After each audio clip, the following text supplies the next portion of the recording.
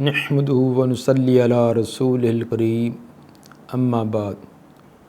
صحیح البخاری کتاب الزکاة باب نمبر 21 حدیث نمبر 1431 باب تحریض علی الصدقۃ والشفاعۃ فیہا، باب ہے صدقہ خیرات پر ترغیب دلانا اور اس سلسلے میں سفارش کرنا۔ سفارش کسی کو کہنا کہ آپ فلاں کا تعاون کر دیں۔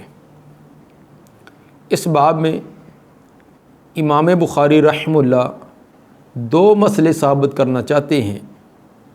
ایک تو دوسروں کو صدقہ خیرات پر ترغیب دلانا، خصوصاً واعظین، امام، خطیب، لوگ ان کی طرف متوجہ ہوتے ہیں، ان کی بات کو تسلیم کرتے ہیں، تو کوئی ضرورت مند اگر آ جائے تو وہ شفاعت کر دے، سفارش کر دے کہ یہ بیچارہ مستحق ہے، کمزور ہے، غریب ہے، تو اس کے دو جملے بولنے سے اس غریب کا کچھ تعاون ہو جائے، تو جتنا تعاون کرنے والوں کو اجر و ثواب ملے گا، اتنا یہ ایک دو جملے کہہ کر ترغیب دلانے والے، سفارش کرنے والوں کو بھی ملے گا۔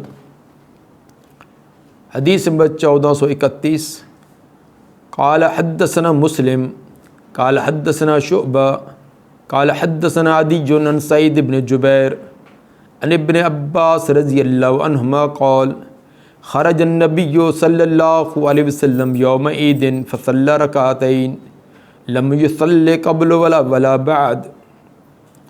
ابن عباس رضی اللہ عنہما فرماتے ہیں رسول مقبول صلی اللہ علیہ وسلم عید کے دن نکلے، فصلی رکعتین، تو آپ نے 2 رکعتیں پڑھائیں، عید کی نماز کی 2 رکعتیں، لم یصلی قبل ولا بعد، اس سے پہلے یا بعد میں کوئی نماز ادا نہیں کی۔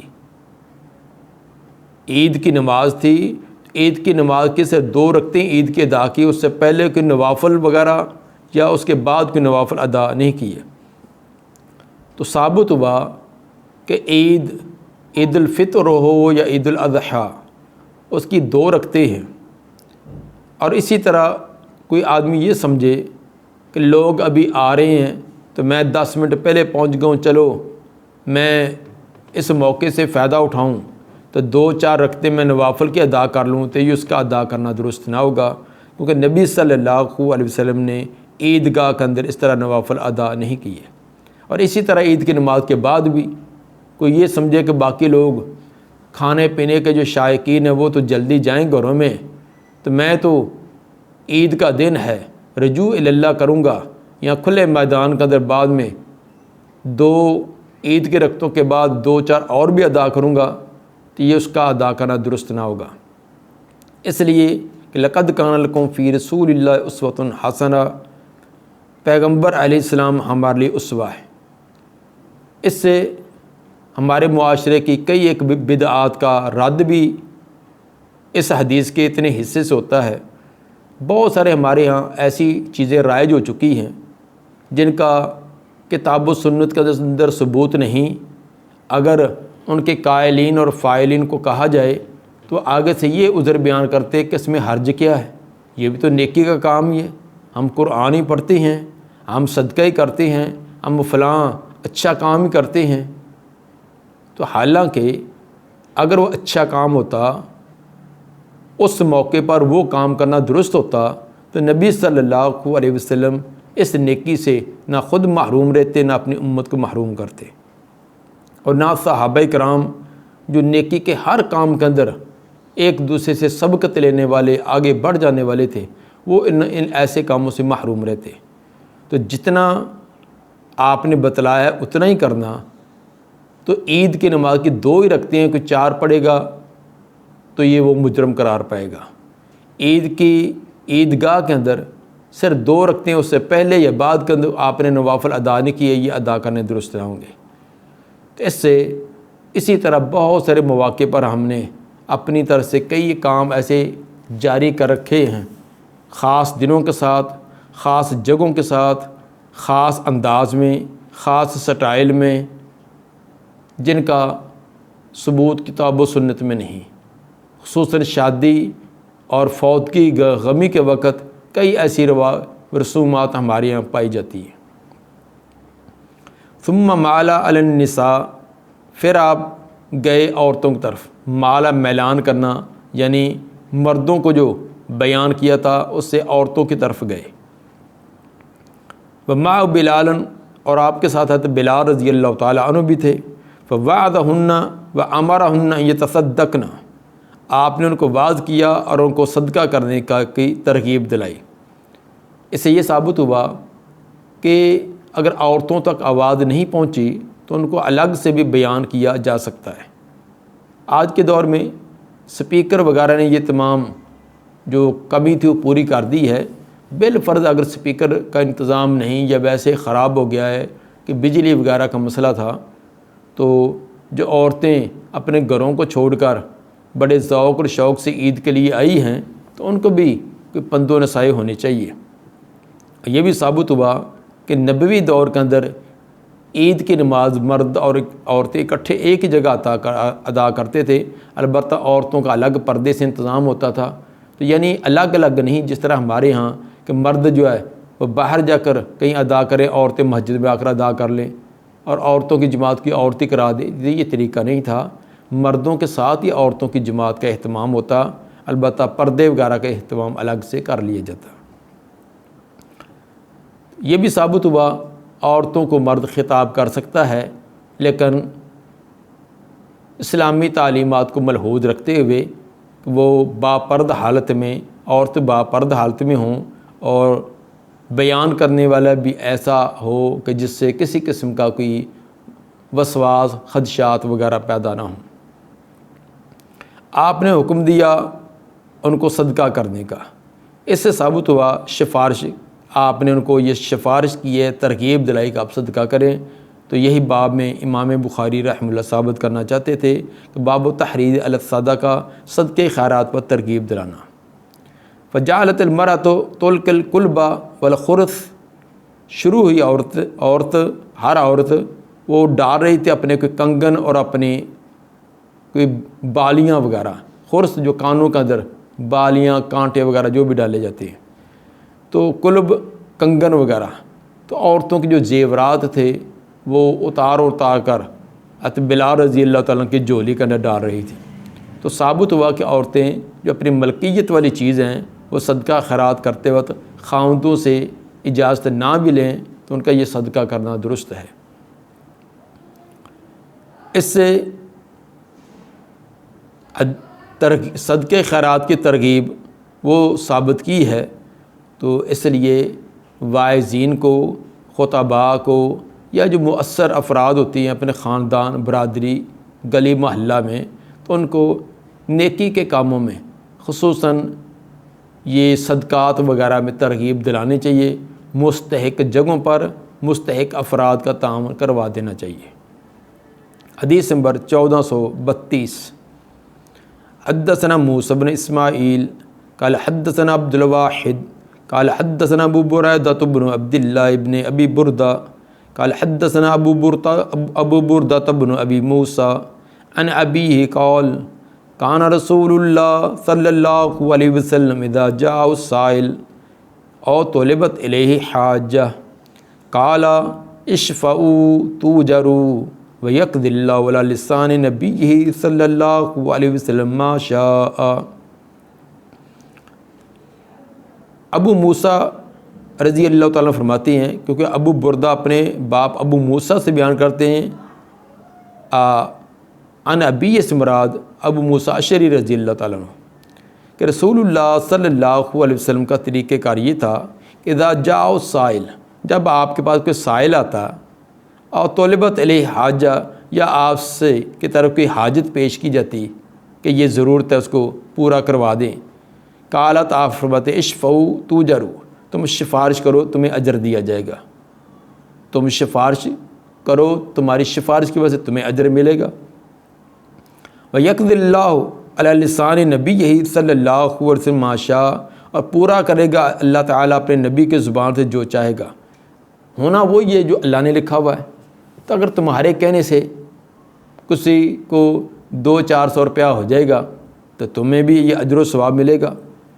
شفاعت کا معنی، سفارش کا معنی حکم نہیں دینا ہوتا، بلکہ اس میں ایک ترغیب دلانا ہوتا ہے۔ تو کسی ضرورت مند کی ضرورت پوری کرنے کے لیے آدمی سفارش کر دے، ضرورت پوری ہو نہ ہو، اس کو اجر و ثواب، اس کا تو پکا نہ، اس کو اجر و ثواب مل جائے گا۔ تو اس لیے اس کے اندر کوئی تنگ دلی محسوس نہیں کرنی چاہیے، جس طرح کہ ہمارے ہاں بعض خطیب، بعض امام اس کے اندر بڑی تنگی محسوس کرتے ہیں کہ کوئی ضرورت مند آ کر وہ کہہ دے جی کہ حضرت میرے لیے اعلان کر دیں، خود اس کو ندامت و شرمندگی ہوتی ہے یا اعلان کرنا نہیں آتا۔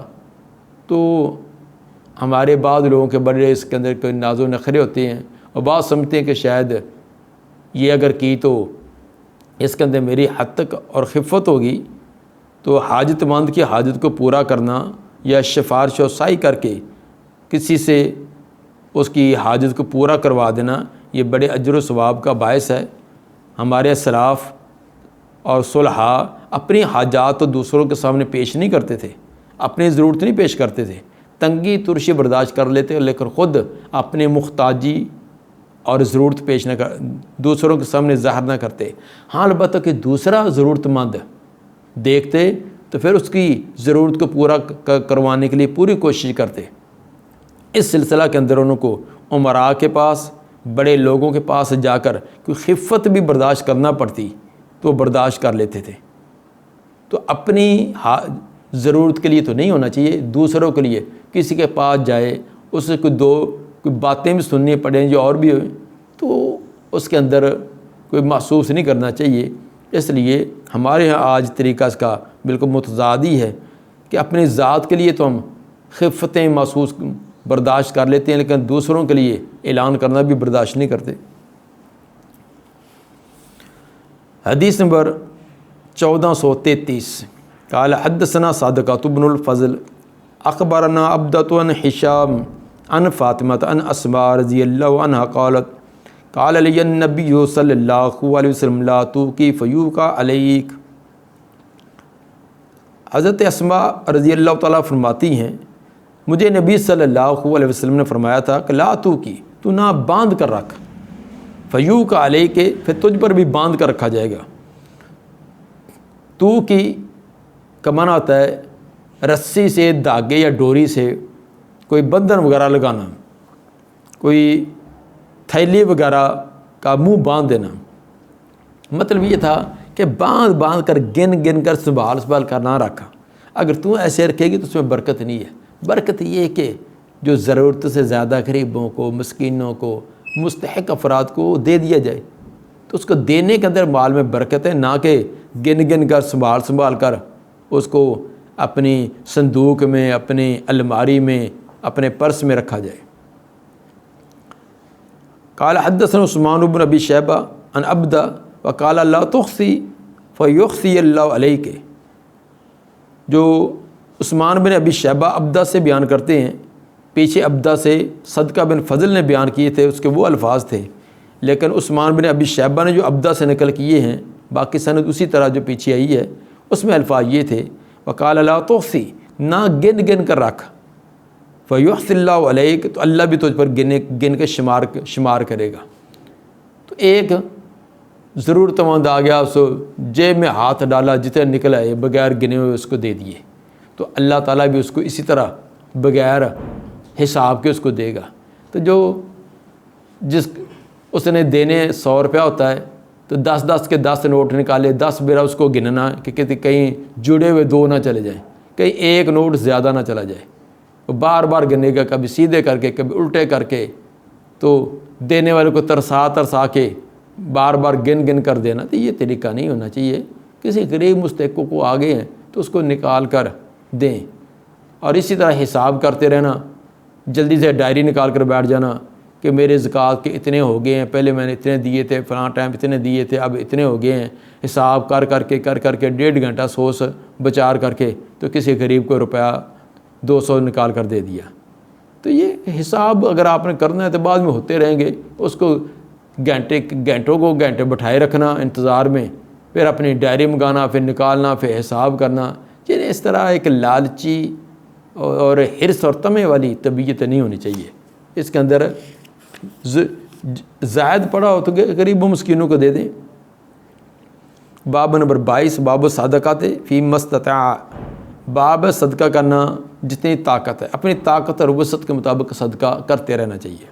حدیث نمبر 1434 قال حدثنا ابو عاصم عن ابن جریج حدثني محمد بن عبد الرحیم عن حجاج بن محمد عن ابن جریج قال اخبرني ابن ابی ملیکہ عن عباد بن عبد اللہ بن الزبیر اخبرہ عن اسماء بنت ابی بکر رضی اللہ عنہما انہا جاءت الی النبی صلی اللہ علیہ وسلم فقال لا توئی فیوئی اللہ، لا توئی فیوئی اللہ علیک ارزقی مستطاعتی.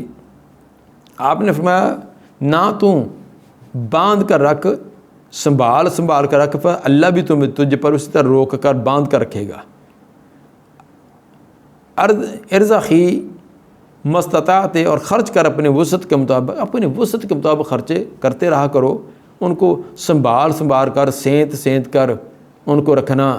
ان کا تصویر جو ہے وہ تصویر والی سائڈ ایک پر ہو، دوسری ایک سائڈ پر ہو، اور ان کی عین تہیں لگا کر جوڑ کر گنتے رہنا. یہ ایسے نہ کرو. اتنا روپے پیسے کے ساتھ، درہم و دینار کے ساتھ محبت کہ دل ہی ان کے اندر پھنسا رہے، اٹکا رہے، تو یہ اس طرح نہیں ہونا چاہیے. باب نمبر 23 باب صدقہ تکفر الخطیہ، باب صدقہ گناہوں کو مٹا دیتا ہے.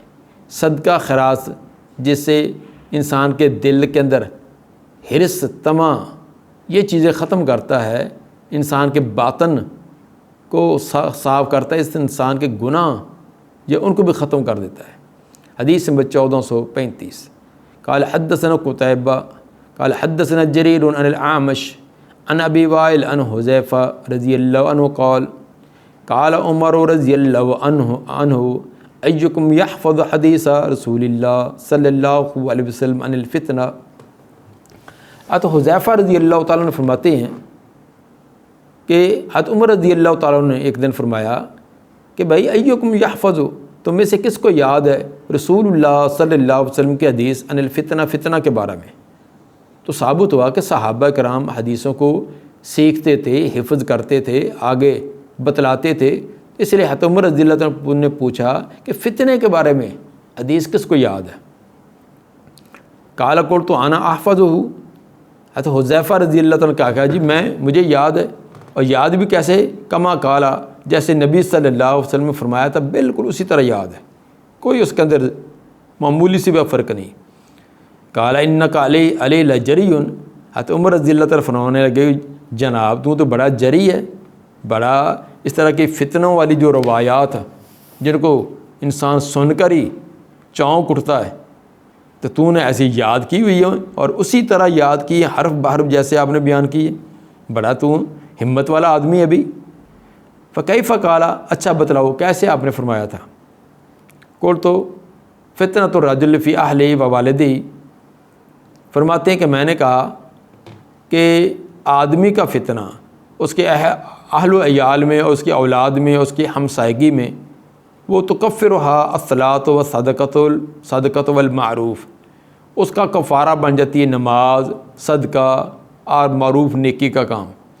جو انسان چھوٹے موٹے فتنے ہوتے ہیں، بیوی بچوں کے، ہمسایوں کے، لین دین کے معاملے، تو اس کے اندر جو کمیاں کوتاہیاں ہو جاتی ہیں نا، چھوٹی موٹی لغزشیں وغیرہ، تو وہ نماز سے، صدقے خیرات سے اور نیکی کے کاموں سے وہ مٹ جاتی ہیں.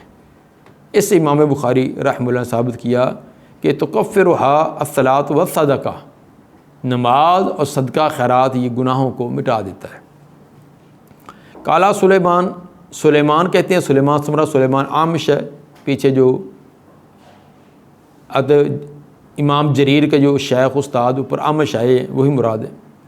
وہ فرماتے قد کان یقول، کبھی وہ ایسے فرماتے تھے کہ الصلاۃ والصدقۃ والامر بالمعروف والنہی عن المنکر، کہ صدقہ، نماز، صدقہ، امر بالمعروف والنہی عن المنکر یہ گناہوں کو مٹا دیتے. یعنی امر بالمعروف بھی اس کے اندر ہے، معروف کا لفظ ہے، اور نہی عن المنکر بھی ہے.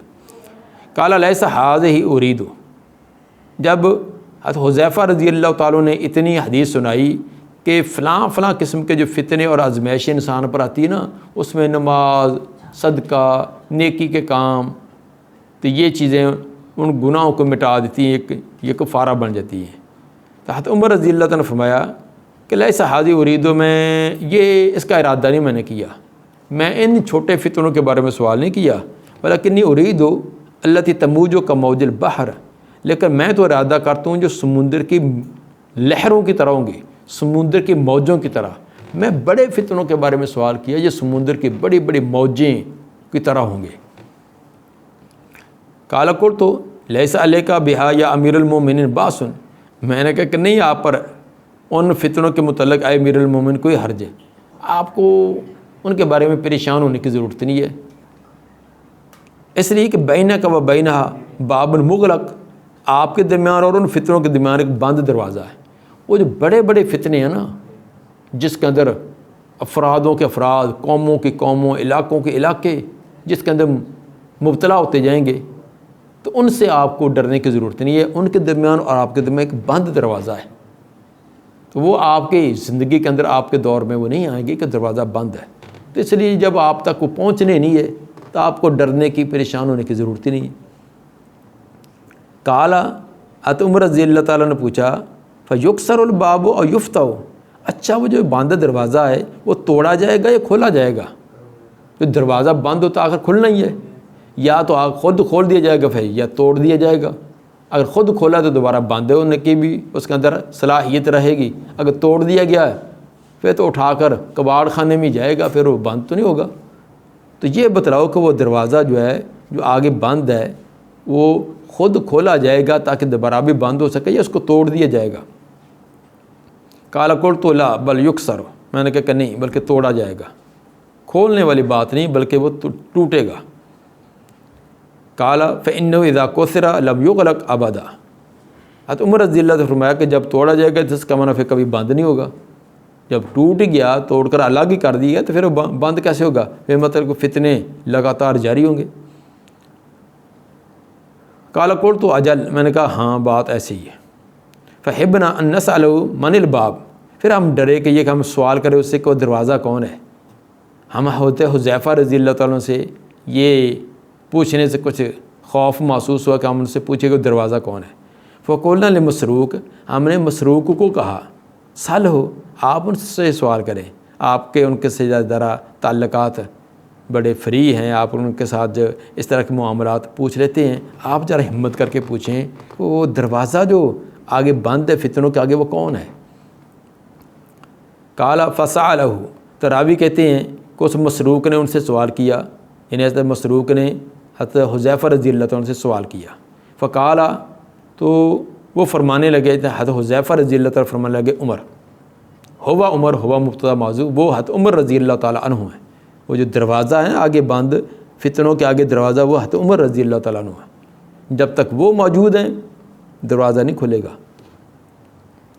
قال قلنا فعلم عمر من تعنی، ہم نے پوچھا کیا حضرت عمر رضی اللہ تعالیٰ جانتے تھے جو آپ مراد لے رہے تھے، جو آپ نے مراد لی تھی کہ وہ دروازہ فلاں ہے تو وہ دروازہ کھولا نہیں جائے گا بلکہ توڑا جائے گا، تو کیا یہ جو اشارے کنائے میں آپ نے بات کی تھی تو کیا حضرت عمر رضی اللہ تعالیٰ کو پتہ تھا کہ یہ دروازہ کون ہے؟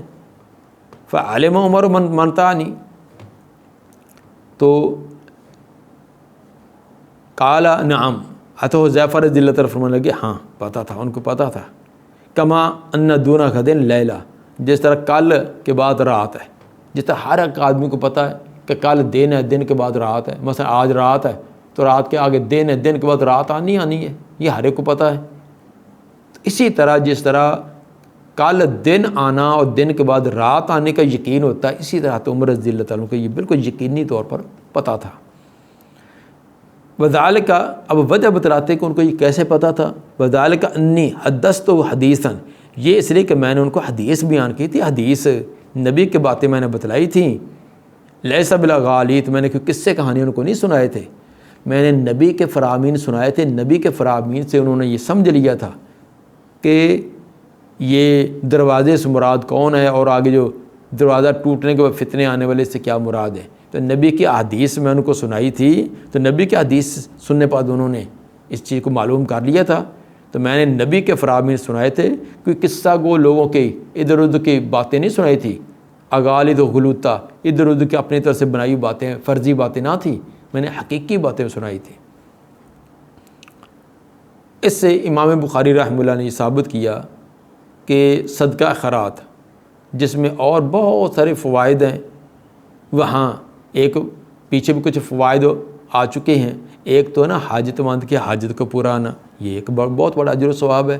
ایک بیچارہ زمانے کا مارا ہوا، در در کا دھتکارا ہوا، تنگ دست، اپنے پاؤں پر کھڑا نہیں ہو سکتا، اس کو کوئی سہارا دینا، سٹینڈ کر دینا، ایک تو یہ بڑا اجر و ثواب ہے۔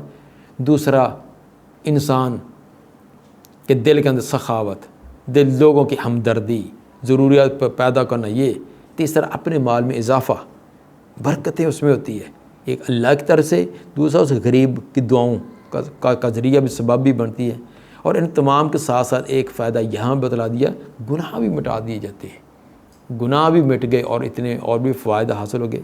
دعا ہے کہ اللہ تعالیٰ نبی صلی اللہ علیہ وسلم کے فرامین پر ہمیں کم حق کو عمل کرنے کی توفیق عطا فرمائے۔